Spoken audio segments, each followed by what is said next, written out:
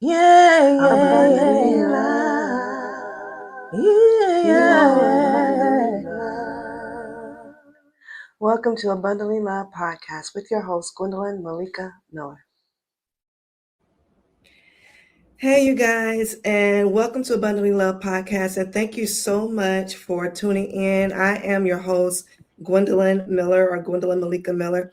And over these past months or weeks, basically, I've been talking about denial and ways to overcoming denial and overcoming mistrust was on the first season in order for us to grow deeper in intimacy with God. And on the last season, I interviewed a friend of mine to come on talk about her life and ways that she's overcome mistrust to help her to grow deeper intimacy with God. And today I'm inviting my other friend, Maryum Opa, to come on, Miss Maryum Opa, to come on to the podcast to share her story about overcoming denial or mistrust in order for her to grow deeper intimacy with God. So as you guys listen, you can take notes, and I pray that this impacts your heart. Welcome, Maryum. Hi, thank you. Good morning. Thank you for having me. Oh, you're welcome, girl. It's so good to see you. I'm so grateful we get this time to just talk. You guys, let me tell you a little about Miriam. Miriam has been my friend. When I talked about finding someone to walk with on your path, finding a trusted person, like a safe person that you want to walk with, that you're able to express yourself with and be vulnerable to share your thoughts with and all those things. This is my person. Thank you. Yes. And you have been mine. You have been mine in my many darkest, but even the greater, brighter areas. We have friends who kind of walk with you in the valley, but then also are standing with you on those mountaintops. That's where Yes. Mika stands. Yes, yes, yes, girl. So today, Miriam is going to share her story, a little bit about her. But before we get started, Miriam, I want you to tell people a little bit about you and what God has been teaching you so far in this season. Okay. I am Maryum Opa. I am born and raised in Brooklyn. I currently live in Harlem. I am a disciple of Christ for the past a little over 30 years. I'm a community advocate. I have a degree in organizational psychology, a master's degree in organizational psychology, a bachelor's in sociology. I am a human person. I'm a person who would love to study people and live among them, see what makes them tick. And I also realized that that is the very thing that Jesus did. He loved people, and he wanted to. I think he already knew what made them tick. He wanted to make sure that they understood their road, their purpose. And as I understand mine, I also want to make sure that people are not, what would I say, living life just being tossed around, and that they're living also with a purpose. I am a community leader. I run community programs throughout Harlem that help impact the marginalized and the people who are in the greatest need in our community. I am married of 19 years, and I have two kids, one 17 and one 12. Um, they are, when people say you wear your hearts on your sleeve, those are my hearts. I wear them on my sleeve. And I think most of what I do is to make sure that I leave everything in a better place for them so that they could be um, safer, more protected, and also guided by the Spirit. Yeah, and you have been doing amazing work, Miriam. I Thank you. admire everything that you're doing and the people that you are helping and impacting. Like right now in this season, how do you think, what do you think you're growing in right now in this season with you and your relationship with God? I think God is teaching me to up the ante on how I love people. And That's good. people can, you can love people through prayer, you can love people through service, but there's a time where to love people by follow up, even people who don't, you feel like, don't deserve your time, right? Like people who have been mean. I am learning how to even love my enemies Right. in ways where it looks abnormal to people. So just recently, I have um, let me just see how much can I share? Well, I have a neighbor who suffers from alcoholism and or suffered from alcoholism. She's definitely been in recovery for a while.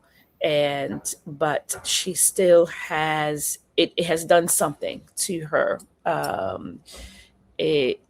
because it does. Any type of drug kind of messes with your mind, and you can, correct me, it messes with your mind and messes with how you think about things. So even if you're recovering, you still have the symptoms of an alcoholic. Like, there are things that you do, you go, this is not normal behavior, it's not a normal reaction.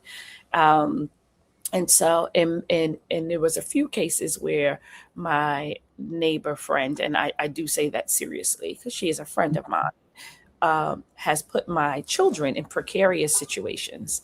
Um, she's taken them out to restaurants. She has sons of her own, so we kind of raised our children together. And she has gotten drunk at the restaurant, and then the bartender had to call, me, the parent, or her husband, to come get her because she was inebriated. And many times people have said, cut her off, right? Like, she's put your kids in danger. She's done. And it's been like, after the second time, I had to say, your mental illness, because that's what she has, your mental illness is affecting my kids, and I can't have you around the family much.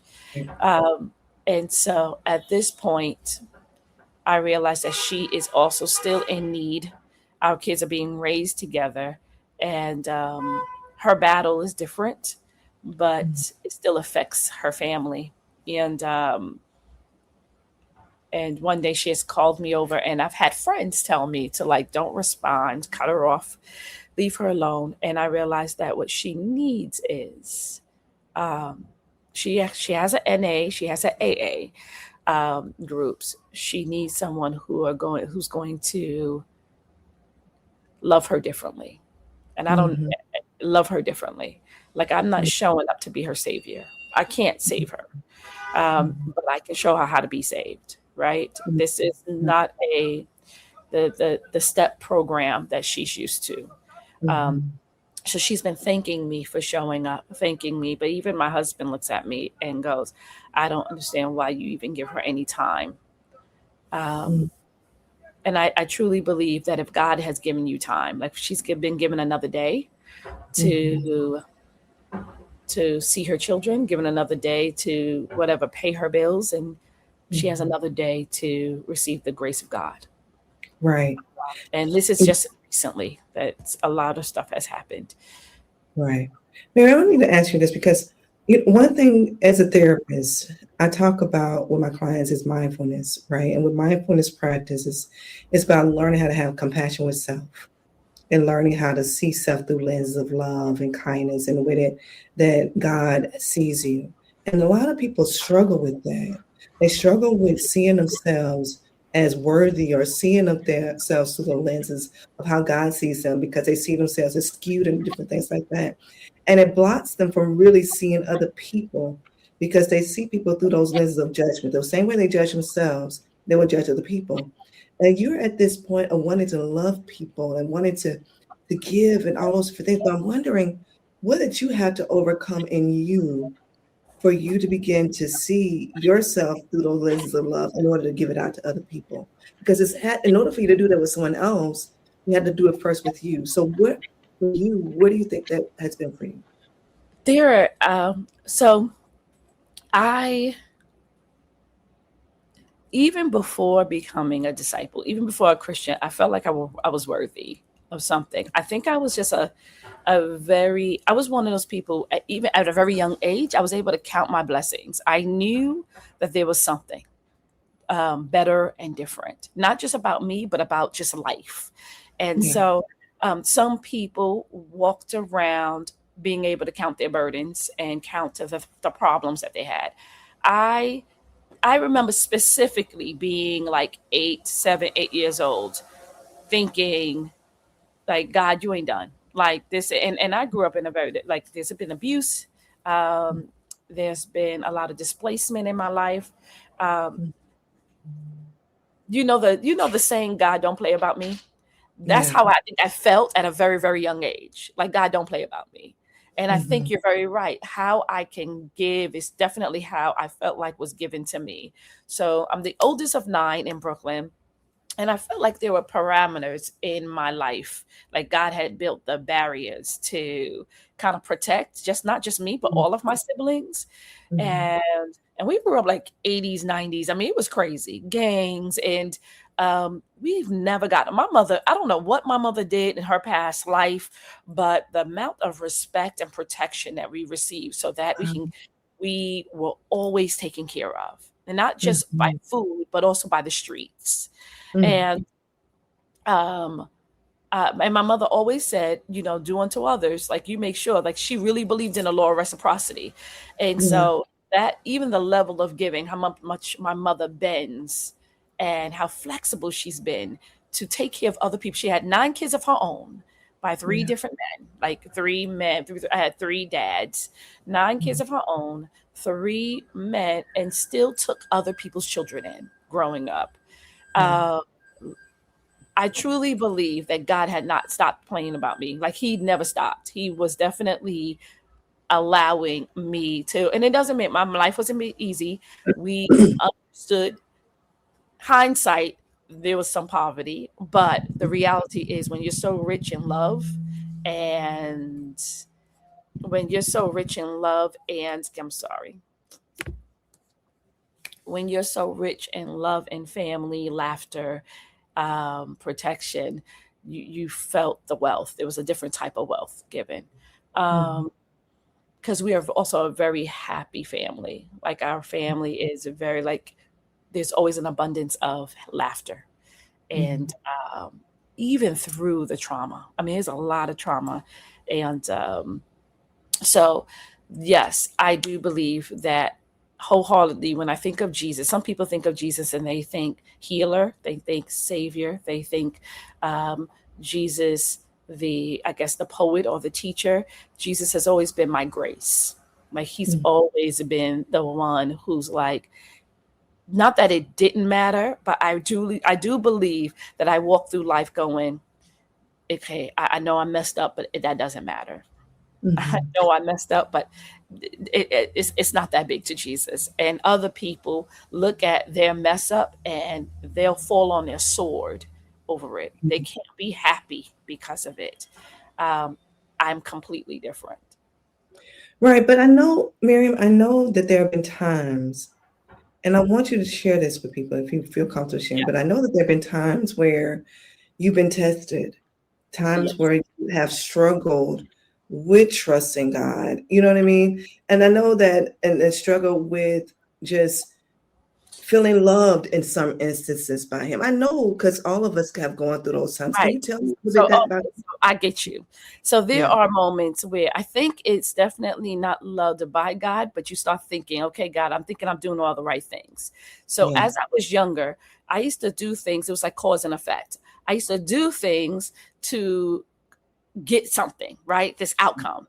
And there was a right. point in my adulthood where I would do things and I wasn't getting the outcome. And so I have this thing. I have my daughter here, so she's going to find out a few things about me. Oh, Um, but no, it's fine. okay. She so there was a point, and I was telling somebody the other day that I always felt very spoiled. And I'm the oldest child. I'm the oldest grandchild, oldest niece, oldest. I was just always the oldest. So when you're the oldest and the first, you got everything. Until I got married, and I married a man who was also the oldest. Mhm. And I think what happened in our relationship was I was doing things like, right, I was trying to be an amazing wife, but I wasn't getting the outcome that I thought I would get. Um, Mhm. and so it became hold on, am I doing something like God? Have you stopped? We talked about how the cup overfloweth. Has my cup been filled? Like it was a concern. It is I realized that the battle was greater because now I had to figure out that the person that I'm seeking love from, which is my husband, he Mhm. doesn't give the way God gives. and the outcome looked very, very different. So there were, I'm going to talk about, let's say, two of my darkest seasons. Okay.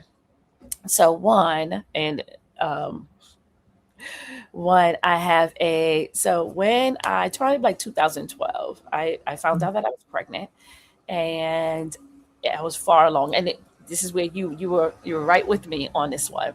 I was where I went to my appointment. I was past, I think, the first trimester. I went to the appointment, and they said they couldn't hear the heartbeat, and they said, "I'm sorry, but the baby is it's not viable."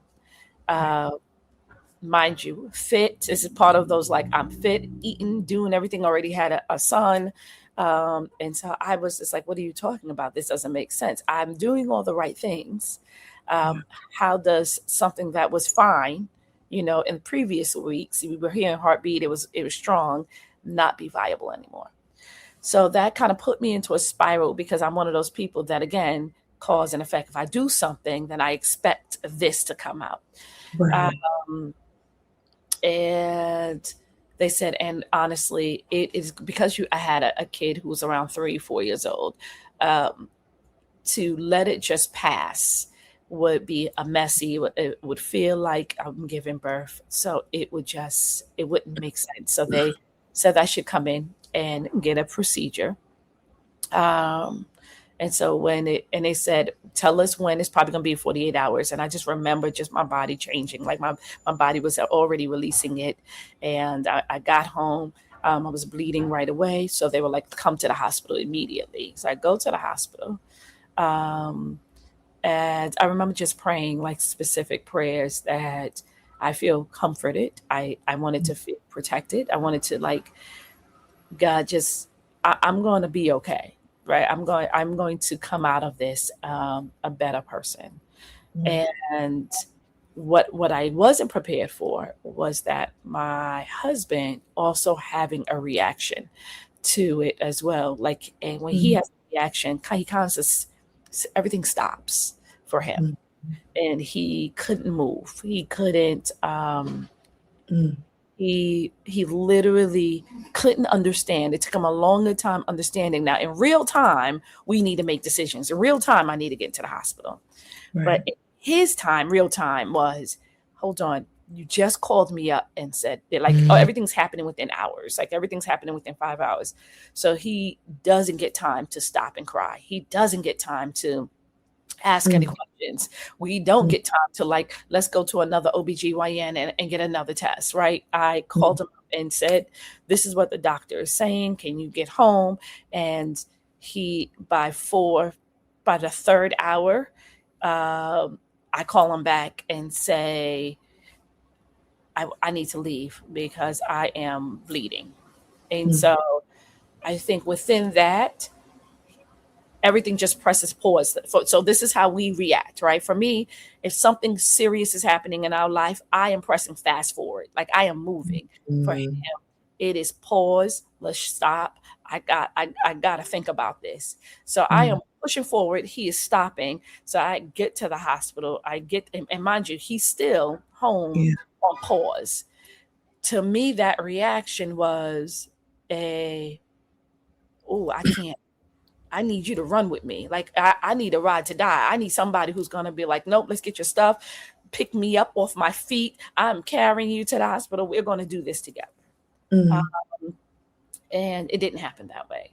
I got the procedure. It went through a little bit of recovery. And he was still home. He was still home on pause. And it sounds crazy, but I realized that it sounds crazy. Like, it sounds crazy. It felt crazy.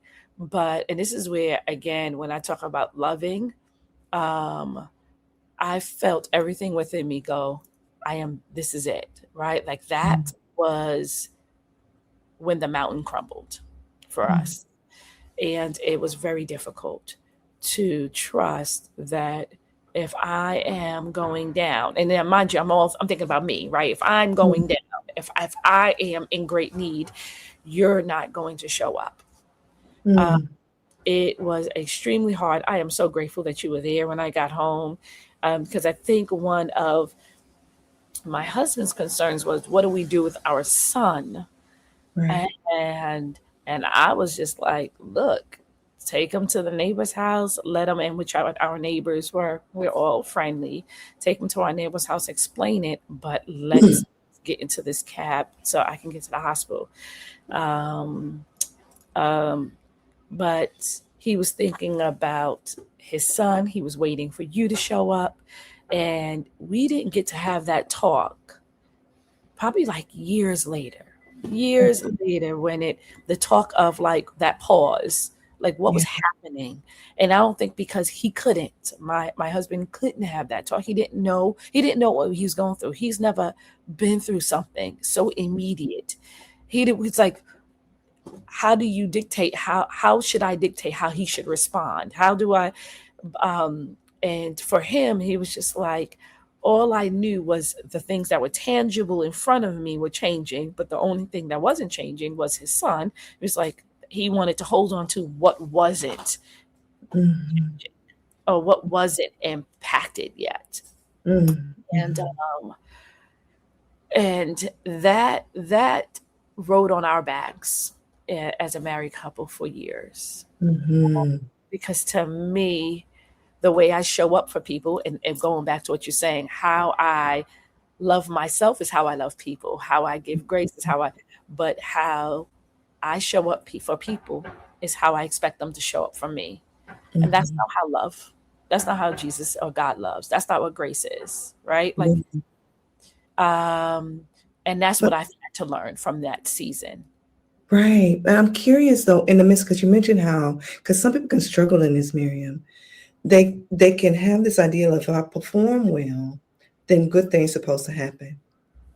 And if I perform well and good things don't happen, then what does that mean about me and God? Right. Or What what am did you I not do? doing? Right. So did that impact how you view God in that case, or your relationship with God? Yes. Well, yes. For many, many years it did.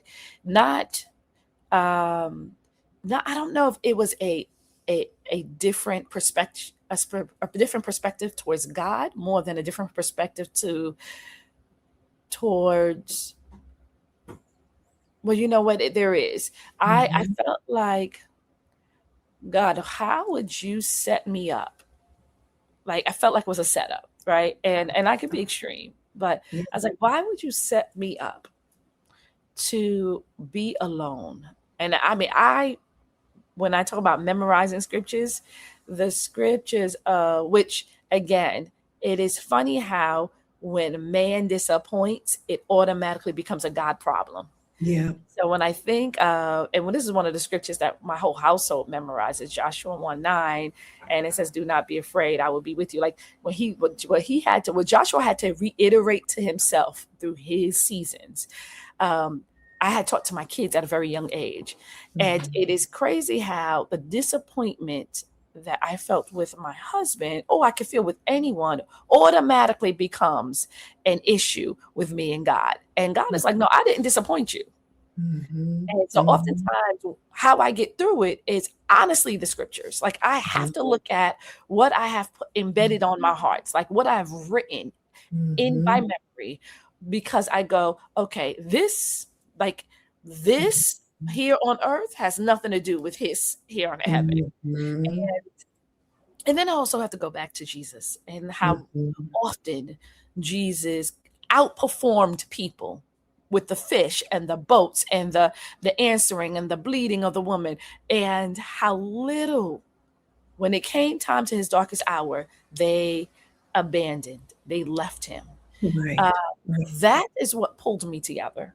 It Yeah. helped me understand that though the ice may break, and times may be just uncertain, and people are Mhm. unwavering in their love and their commitment, God Mhm. shows up. Because now that I think about it, I had first of all, so that day, the day of my miscarriage, and Yeah. I started to bleed profusely. Yeah. Uh, I was like, I don't want to get in a cab. like it just felt so uncomfortable. I didn't want to get in the cab. They told me what to do. They was like, okay, you're bleeding. You know, they helped me to get myself together so that I wouldn't be a mess.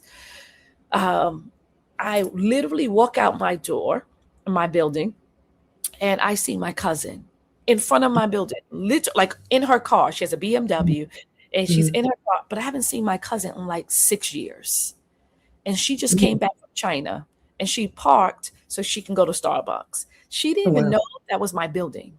And the first thing I said is, you know, when I already found out that my husband wanted to stay behind and wait for you and he said he was going to be right behind me and go to the hospital. I was like, God, I just don't want to I don't want to be in a stranger's car. That's the first thing I said when I went into the elevator. I said, I don't want to be in a stranger's car. Um, I don't, I just, I don't want to be alone right now, like on the travel there. If I'm stuck in traffic, I don't want to do this by myself. And the fact that I saw my cousin Sade, Mhm. she was there and she stared at me and she looked at me and I looked at her. I couldn't even cry, but because I had already been crying because of this, of Yeah. what was happening. Um, I looked at her and I was like, what? I said, when did you get back from China? And she was like, 2 days ago. Do you live here? And then I said, you know, Sade, can you take me to the hospital? And she was like, cousin, absolutely. I mean, we are like close cousins. And Wow. so, I mean, we've been talking while she was in China. I just had no idea that she was back and when she was back. And so, when I tell you, when I think about how, and then when I got there, and when I Wow. tell you that every single body from the nurse, I had two nurses, an anesthesiologist, a doctor, and a recovery nurse, nurse afterwards. All four of those people. This is thing where I like when people know my name and they say Yeah. my name correctly. Yeah. They're not calling me miss or ma'am. Like there's something personal and intimate when somebody's taking the time to know my name. Yeah. And so I'm not like patient one or patient two. So when I walked in, I didn't even have to sit down. They were waiting for me. My doctor was already giving, helping another patient give birth. She goes, I cannot be there, but somebody's going to be there to take care of you. When I tell you, when I walked in and I had like a team of people, and the first thing they said was, are you Maryum? And I said, yes. I didn't feel like I was alone. And then Yeah. he introduced me. He was like, well, I'm nurse, you know, Bruce. And it was like a male and a female. And it was like, we heard about everything that's going on. You're in the best hands. And then when I Mhm. went to the anesthesiologist and she was like, Maryum Opa. And I was like, oh my goodness. And she was just, and they were introducing me with it's just a weird stuff that makes me feel like whole, right? I'm Yeah. still very broken. And I was just, you know, and it's till this day, there are times where I go into the hospital. I hadn't needed to go to the hospital since, but that level of patient care had not been given to me. Mhm. As the dentist, I have to kind of, they were pronouncing my name correctly, but they kind of knew who I was. I said, Right. I would knew. They was like, no, we kind of, your doctor explained how'd you look, what you wore that day, because I had just seen her earlier. So she said, Yeah. we kind of knew when you walked through the ER that you were the person we were looking for. Right. Grateful for my doctor for doing that. Um, so to go back, I loved, I had to learn that Grace, how he handled pain and disappointment was very different. And I couldn't condemn him from that. And when people were like, very much like, oh, that would have been the end of my marriage, or that would have been like, that would have, the straw that broke the camel's back. Um, But you know what, ma'am, and let me say this real quick, because I think one thing that you mentioned was how the disappointment we could feel for towards someone that has just not stood up or not done the things that you expected them to do in that moment, how you can project that onto God. mhm, Right? It's interesting how we can take that disappointment what human does towards us, and we can project that towards God. And at the same time, what I hear from you is walking to the hospital and your name being said. It helped you to see that God sees you in the mhm, midst of all of this stuff absolutely. too. right? And Right. so it's like even in that state of first the initial disappointment, and I don't know if at that time you thought about being disappointed towards God in that space. I don't think you No, did that came afterwards. it right afterwards. But I think holding on to the fact that you were seeing and saw helped you through that moment when it came up. Really? Yes. Which also helped me understand that why I couldn't take it personal with God.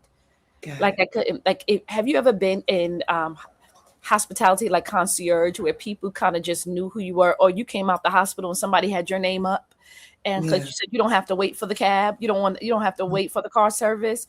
That's I walked in and people were like, "No, we're here for you." Like everybody's like asking questions. It was a very busy day, Mhm. and it was a Friday. Very busy day, Thursday or Friday, and I just felt like somebody got me. Somebody was there with my name, um, and there's that scripture where God speaks about like the waves will not. I kind of like I will never drown. The waves will not sweep me off Mhm. my feet because He got Mhm. me. There are moments like that you begin to forget in the Mhm. darkness. Like begin to forget when you're going through uncertainty and when I'm feeling fearful, or when there's like this mountain that seems bigger than the last mountain that I Yeah. overcame, and I don't know how to do this. Right. Um, But and the then thing is, go ahead. but I was thinking the thing is though, in the midst of that though, you are recognizing the darkness, and then you also are recognizing what you're feeling in the midst of it, and then you pull in the scriptures to help you to walk through it. It's Well, sort of like no, the scripture. definitely not in the midst. I was definitely all in my feelings. I was You angry. in? Okay. What were you Okay, feeling? I was angry. Like so, in any time of, um, I think it's a level of you don't see the outcome of what God is giving. You don't even remember. You ever like had an impact? Like I remember I only got into one fight when I was a little kid. You forget, everything that my stepfather taught me about how to defend myself in the streets of Brooklyn. When you get that first impact to your face, right? Mhm. You forget. You all you're thinking about is the sting. How dare this person put their hands on me? You're thinking Mhm. about how bad can it get? Like I'm thinking of is this the worst of it, or does somebody have a brick? Does somebody have a Mhm. bottle? I think I'm in this point where I am only thinking about the sting and the impact of what I'm going through. And it's only that recovery room did more than just help my body recover. Like, and they told me I couldn't go home until somebody came and got me. So we were waiting for my husband. That recovery room did more than just make sure that my body was okay so that I can get home after the procedure. The recovery helped me then think, God, what now? Because Mhm. those hours prior to the surgery, I wasn't thinking, God got me. There was no Right. scriptures. There were Mhm. no there was none of them. I was really, when I talk about heartbroken, like soul Mhm. shattering, Mhm. that I was taking my prenatal vitamins. Um I wasn't excessive with anything. My mom Mhm. had 9 kids, and you kind of base like, well, it's in my family. My mom had 9 kids and never had a problem, right? And didn't, never had a miscarriage. How did this happen, right? Like, what did I do wrong? Um, and so that is still sitting on me. And when people allow to, don't, when I allowed Satan to entertain space in my mind, it Mhm. started becoming like little whispers to big, like it was like a big bullhorn of, like God doesn't have you, your husband doesn't have you, you're going to have to do this by yourself, you know, put on your turbo independent self and take care of yourself from now on. Mhm. Um, it caused some trauma, Yeah. It emotional made trauma you and physical trauma. And then I didn't see the spiritual part until afterwards. And Mhm. that's how typically it always is. I'm when you get in the heat and I don't see, I wish I was spiritually strong enough to know that to use that scripture to help me. Mhm. But when I think of this is why God's grace is so important, because I'm glad I don't get condemned while in the midst of my pain. Because if Mm. I did, then if that's what you're gonna, if that's the qualifier, then I'm done. Right. But Let me ask you this, Mary, before you go on. What were you feeling? What emotions came up to you when you're laying in there in the midst of the pain and those thoughts was coming at you? What were you feeling? so in the cab, and not in the cab, in my cousin's car, I remember feeling really. So they had some time. So between my son was in daycare, my son was in daycare. My By the time I left the office, and they were trying to explain to me like the science of it, like it happens when she goes, and they said you should be happy that this, and they was trying. My one doctor said you should be. I know this doesn't feel like a blessing. She didn't say the word blessing, but she goes a fortunate situation. But your body is actually getting rid of something that's not viable. And Mm. you wouldn't want to hold it, because what happens when you hold something that is not healthy? I mean, she was talking to me. She was definitely talking. She goes, when your body holds on to something that is not healthy for you, that is dying or already dead, Mm. um, and she's giving me, and I think I blocked it out, but she's giving me the symptoms of sepsis, of Mm. like stuff that could take me out. Wow. And she's like, so she goes, I know what you're feeling, but you don't want your body to be taken out from these circumstances. You got more to live for. And she Mm. goes, and we don't know why. And so while I'm listening to her, I'm still trying to figure out the why. Because again, if I do something right should happen. Like you don't Mm. do things right in life for something wrong to happen. Mm. Um, and so and also we also have, I'm in a family that doesn't speak. We have, a lot of us have large families, there's many people that have many children, and there's never been a word of miscarriage, never. So I know I did something wrong. Mm. um and so I felt dumb. I felt like Did you feel defeated?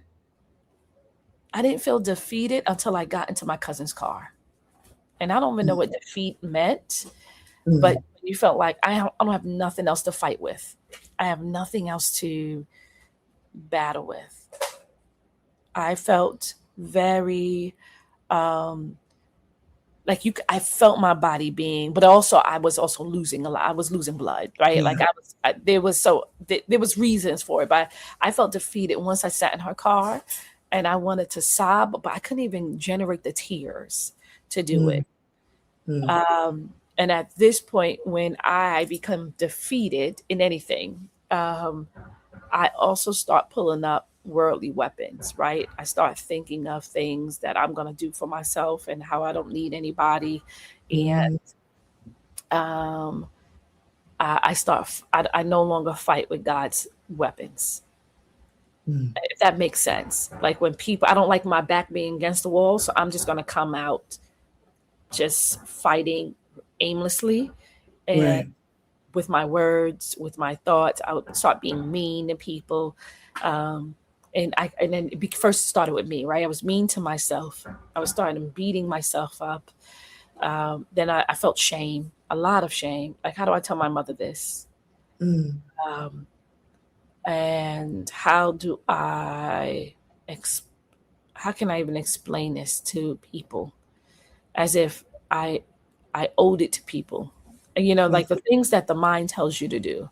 Yeah. Um, and it wasn't. I think it was, a lot of it was just Satan just really making, um, pressing his thumb down on me so that I can stop thinking about God, and stop Right. trying to grow through this. Right.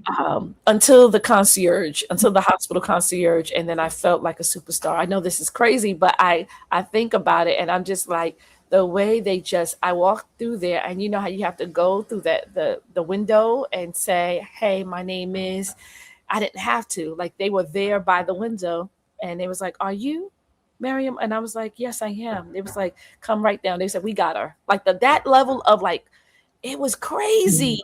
I mean, Mm. there are people who were in pain, but no, they were like, no, we got her. Her doctor called us ahead of time. And Mm. need I say, and which is, it means not much of anything, but all of them were people of color. They were all black, an Mm-hmm. anesthesiologist, a black nurse, a black surgical nurse, a black doctor. And the reason why they, because representation, I don't want to have to explain. Like, I guess they kind of felt like you're good, you Yeah. know, so many You feel times protected. You feel protected. medical procedures, you're just thinking, do you understand what is happening to me? Do you like, is it, um, and so, but also you start believing lies. I remember sitting in the car, and the car probably the ride took probably like 18 to 22 minutes. Uh, Mm-hmm. I started thinking like, I wonder if I have uterine cancer. I wonder if I like things Mm-hmm. that had no business being in my head, but you start really thinking the worst because you've no longer holding on to God. Like Yeah. the worst, and that's not something that I naturally do. I don't think the worst. I'm always Mm-hmm. thinking that, okay, we this is gonna be, it's not that bad. Right. Um, But I think in the midst of it, when you said I noticed I started thinking the worst, what was your way of being aware of it and then working through that? Like tell me that process if you can and briefly, like your way of seeing it, working through that. Or did someone have to help you walk through that? you helped me walk through it. I mean, afterwards, that moment, I think, when was it Elisha who was running and he felt like he was the only one, Yeah. and he's like, they killed all the prophets. He was very extreme. He was like, they killed all the prophets and now they're after me. And then he Right. went to go hide and he was like, I might as well die right here. I was in Mhm. that state, right? Like there's nothing left for me. Mind you, I have a son at home. I have a husband. I have sisters, brothers. There is a level of, I was in an Elisha state of mind, and I had to be by myself. And that was that recovery room where, it wasn't through the storm, it wasn't through the fire, but it was through the whisper that he heard Jesus. I mean, he heard Right. God. I think being alone allowed me, but allowed me to realize that God is still working on my behalf. He's still working behind the scenes. I don't see it. I definitely don't feel it. But when God whispered for Elisha to get up, like get your act together. There are people, there are prophets and people waiting, and then they're just in other places. Mhm. Kind of like stop being so extreme. Yeah, Mhm. like, but also real. He knew people were after him, right? Like it wasn't his fear wasn't false. Like my Yeah. fear was real, Yeah. but it wasn't it. It wasn't the only thing that was happening in my life at the moment. And I Mhm. think what I had to do was remember that there are greater things happening. And there Mhm. are greater things happening behind the scene, but there are actually greater things happening in that moment that I just haven't been able to hold on to because I just was so afraid and I felt abandoned. Yeah. Uh, I even felt abandoned by the baby. I was just like, I thought it was so Mhm. weird to go through a death or a miscarriage and not be able to have a reason why, like not a Mm. solid reason why, um, can knock you off kilter.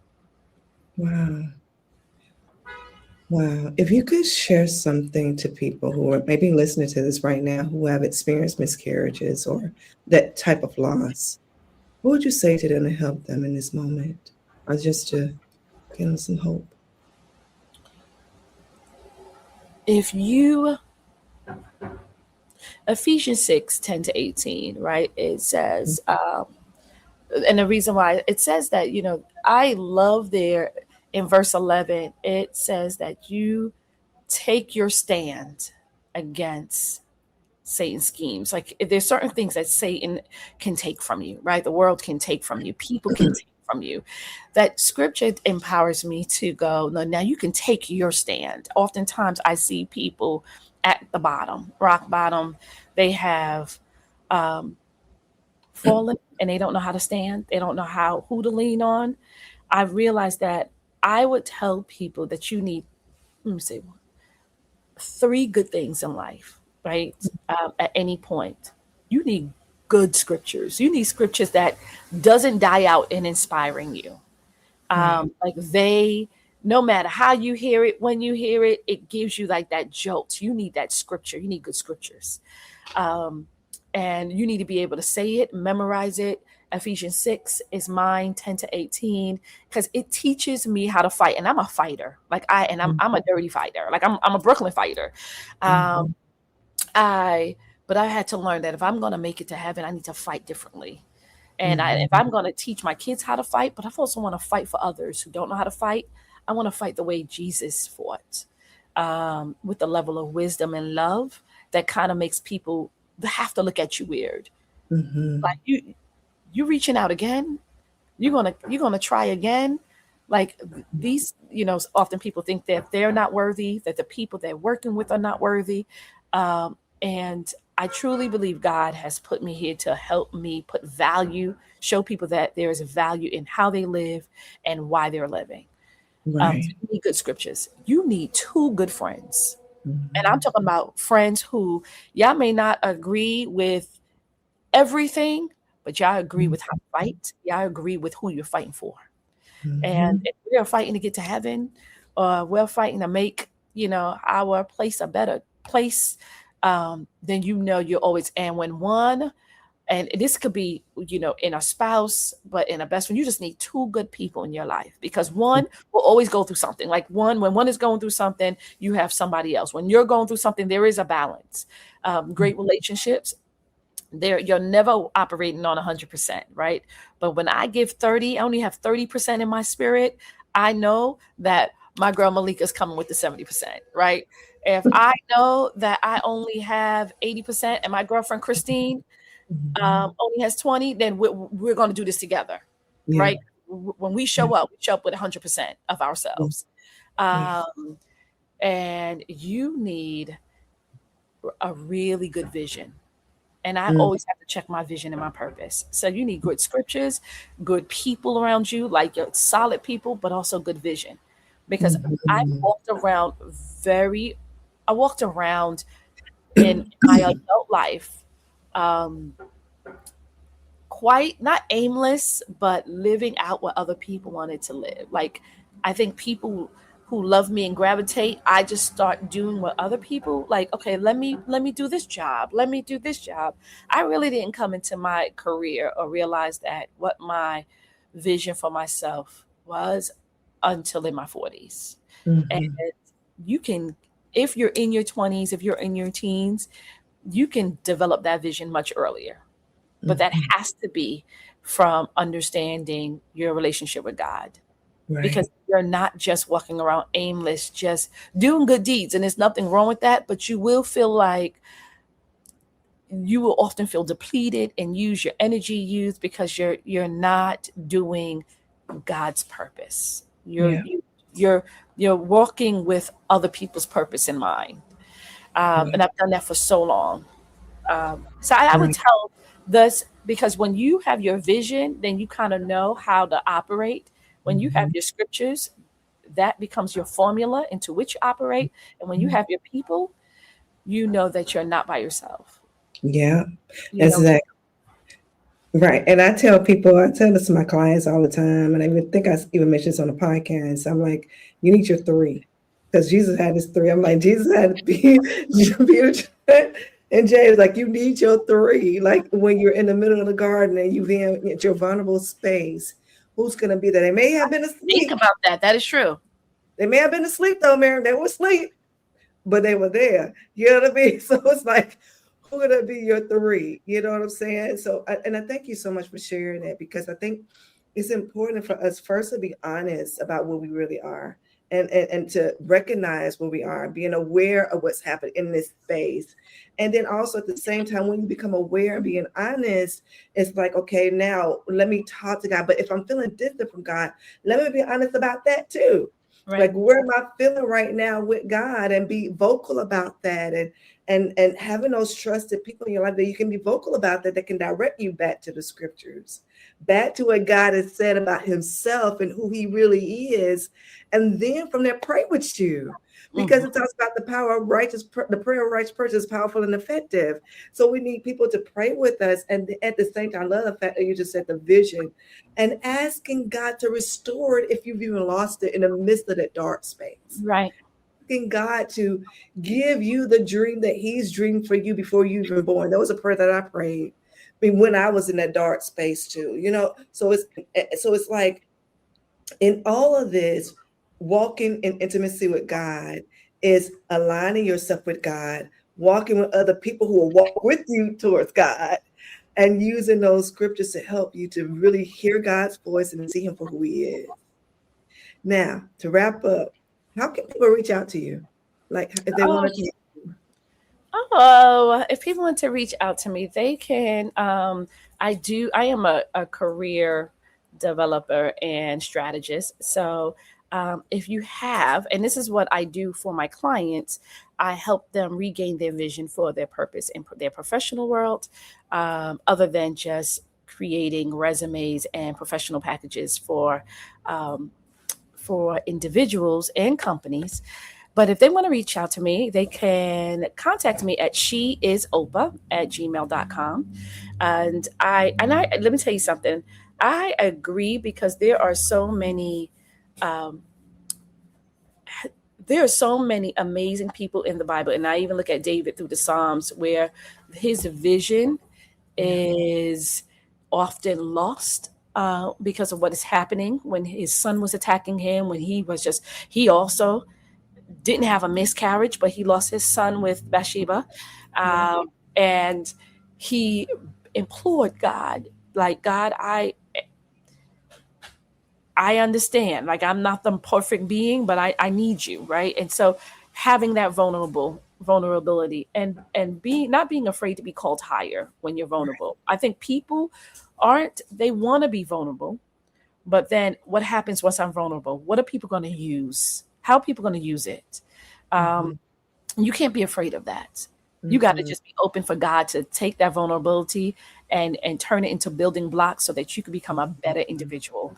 Often, I do believe people walk around being afraid to be great Yeah, because with greatness, there is more to be demanded from you, and people don't know if they can rise to occasion. You don't need to worry about that because if you yeah, have God, you will rise to the occasion because it's not about you, it's about Him. And right. once you kind of let go of that, um, you we will I've done amazing things. I've done amazing things, and I have amazing children. After that miscarriage, the year later I had my daughter. Yeah, um Miss Marley. yes, and Mm, so it became a, and I was like, I don't want to ever have kids again. Like, this is it. I don't want my body to ever go through this again. And God had other plans. That wasn't His vision. And yeah. she's definitely a blessing. So, yeah, so she is opa@gmail.com. And Mhm. you can also find me on my website is the Opa Service, the Opa Service, www.theopaservice.com. And that's my business website where you can contact me as well. That's awesome, girl. And thank you so much for joining me on this podcast, on Abundantly Love podcast. And you're going to come back. I'm going to have you back because there's so much more we could talk about. But I thank you so much for just your vulnerability and being transparent too. I And you love you. just, I I love love your you too. friendship. I love I mean, you have been, when I say, God, how do I get through? I just want to say this is crazy. This is not crazy, but this is it. So you know how like a concierge service, and then when I remember walking through my door that day, and my couch was against the wall, and the lights were out, and I walked through the door, and I just kind of like fumbled, and just cried, and that was probably the first time I was able to cry. My husband brought me home, and then I saw you, Mhm. and just the reassurance of that you were in my house, my son was taken care of, you came and you gave me this big hug. You didn't say anything. You didn't say Mhm. anything. You just gave me this hug, and you just took your bag and you just left. And I just felt like God was like, I I got you. Yeah. I got you. And I just remember seeing just that day, like how that day was not complete. Like you were the bookend to Mm. like, it was the worst day of my life, but Yeah. every part of it had a blessing. And I thank you. I knew never to let you go. But Forever friends, girl. I love you so much. yes. But yes, Well, invite me girl, back and we'll I speak. will. You will. You coming back. You will coming back. And so I'm gonna go ahead and wrap up. And I'm gonna let you go. But I love you so much, girl. And I'll Me talk too. to you soon, okay? Yes. All right. So, y'all, I hope this episode was helpful to you. And if anything stirred up in you from hearing Maryum's story, please reach out to me too if you want to talk at Miss Gwendolyn at abundantlylovepodcast.com. And if you want any reference to therapists, if you're in the state of Tennessee, I can walk with you here. And if you're in another state, I can give you information for there. But if you're ready to grow deeper in your relationship with God, I invite you to join my Growing Deeper in Intimacy with God webinar. Together, we'll explore how to overcome spiritual roadblocks, hear God's voice more clearly, and develop a closer walk with Him. Visit loveabundantlyministry.com to learn more and register. You can give me your email from there and I'll reach out to you, give you the link for the webinar. I love to have you join us. If this conversation, again, stirred something in you, again, please reach out to me. And my ministry is Love Abundantly Ministry. My counsel press Love Abundant Counseling. And we will help walk with you if you desire for us to walk with you and help you overcome emotional and different things that you may be dealing with emotionally, and help you to grow spiritually and have a deeper intimacy with God. Now, seek God, y'all. Seek Him with all your heart, mind, soul, and strength. Seeking Him does not mean, seeking help basically too, does not mean that you're a failure. It's wisdom, courage, and self-love when you want to seek help. In the midst of you seeking help, know that God is with you in the midst of all of it, y'all. You don't have to face truth alone. You don't have to face the difficulties that you may be going through right now alone. Reach out to someone in your life, a safe friend in your life, someone that you feel is safe to talk with. And if you want to reach out to us, you can. Until next time, keep pursuing God's heart. Keep pursuing God's heart. And remember, you are deeply loved.